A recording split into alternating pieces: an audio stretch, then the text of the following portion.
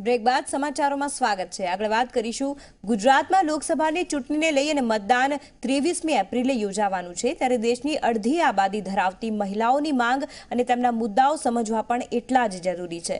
ઘરનું બજેટ સંભાળતી ગૃહિણીઓને શું જોઈએ છે, મહિલાઓના રસોડાના ખર્ચમાં રાહત મળી કે નહીં, યુવતીઓ પોતાની સુરક્ષાને લઈને શું વિચારે છે, નોકરી અને પગારમાં સમાનતાને લઈને શું વિચારે છે, ત્યારે ઝી 24 કલાકનો ચૂંટણીલક્ષી વિશેષ મહિલાઓનો કાર્યક્રમ રસોડા રાજનીતિ સુધી। તો આજની આ વિશેષ રજૂઆતમાં મળીશું વડોદરાની કારેલીબાગ વિસ્તારની મહિલાઓને અને જાણીશું કે શું છે તેમના વિચાર। આ કાર્યક્રમના સહપ્રાયોજક છે રેડિયો કાફિયા।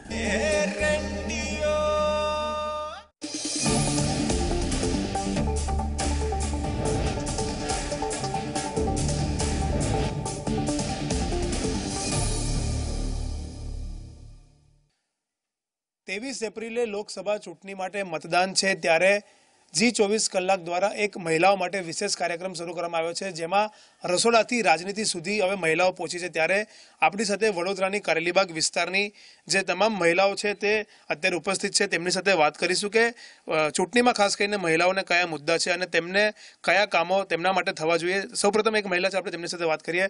नरेंद्र मोदी सरकारना 5 वर्षमां केवा लाग्या तमने? 5 वर्ष 5 વર્ષ સારા જ लाग्या છે मोदी सरकारना, પણ અમુક એમનાથી જે બધી ભૂલો થઈ છે, ખામીઓ થઈ છે, એમાં એવું છે કે જે એવું કહે છે કે રસ્તા બાંધકામ ક્ષેત્રે જે બધી નવી નવી એમણે પદ્ધતિઓ અપનાવી છે, પણ તમે જોશો તો વડોદરાના દરેક રસ્તામાં ખામીઓ હોય જ છે, ગમે ત્યારે ખાડા પડી જાય।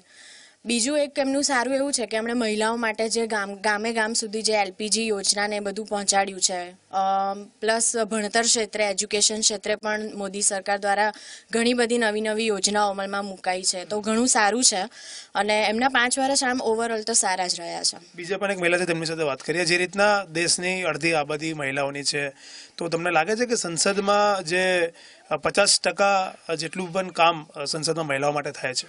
ના, એ હજુ થઈ જ નથી રહ્યો। એમાં પુરુષ પ્રધાન 50% પુરુષ પ્રધાન એ ચલાવી નથી દેતો કે સ્ત્રી એક આગળ આવે, એમાં ઘણા બધા વિરોધ થતા હોય છે। એમાં બીજું વસ્તુ એ છે કે જે સ્ત્રીની પ્રગતિ થવી જોઈએ હજુ થઈ નથી, અને મને સરકાર ઉપર આજની અત્યારની સરકાર ઉપર પણ એવો વિશ્વાસ છે કે તે એની પ્રગતિ સ્ત્રી પ્રધાન થશે થશે થશે। બીજા પણ એક મહિલા તેમની સાથે વાત કરીએ। જે રીતના ઘર સંભાળવાની વાત હોય કે નોકરીની વાત હોય, હંમેશા બજેટમાં પુરુષોને વધારે મહત્વ આવતું હોય છે, તો તમને લાગે છે કે આ 5 વર્ષમાં બજેટમાં ક્યાંક મહિલાઓ પ્રત્યે સુધારો થવા પામ્યો છે કે જોવા મળી રહ્યો છે?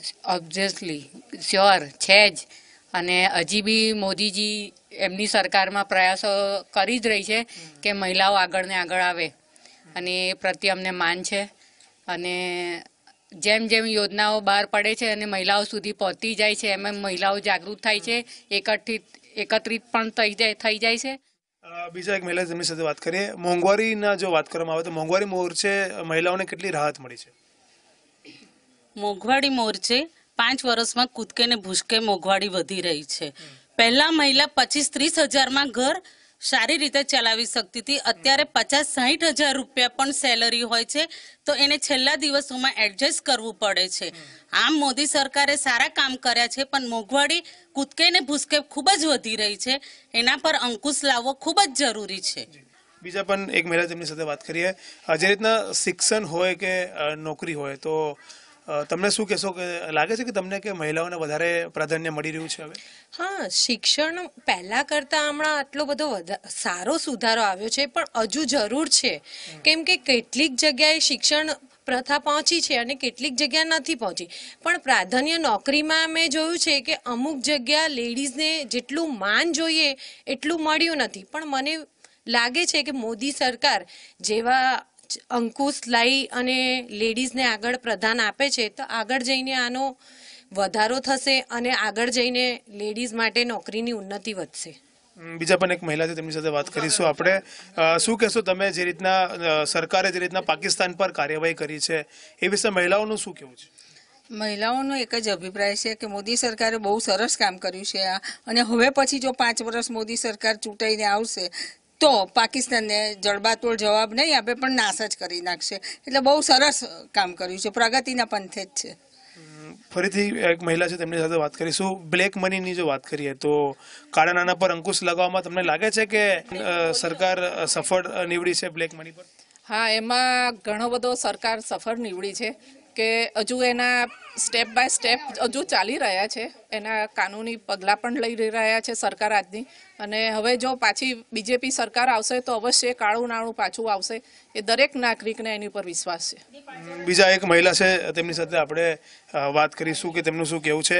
કયા મુદ્દા તમને લાગે છે કે કોઈ પણ સરકારે વધુ કામ કરવાની જરૂર છે? કયા મુદ્દા પર વધારે કામ કરવાની? હા, આ મુદ્દામાં એવું છે કે વધારે એમને હેલ્થ પર ધ્યાન આપવા જેવું છે અને એજ્યુકેશન મોસ્ટલી ફ્રી હોવું જોઈએ. મતલબ બહુ જ મોંઘું છે એટલે એના માટે એને આગળ વધારે કામ કરવું જોઈએ, હેલ્થ માટે અને એજ્યુકેશન માટે.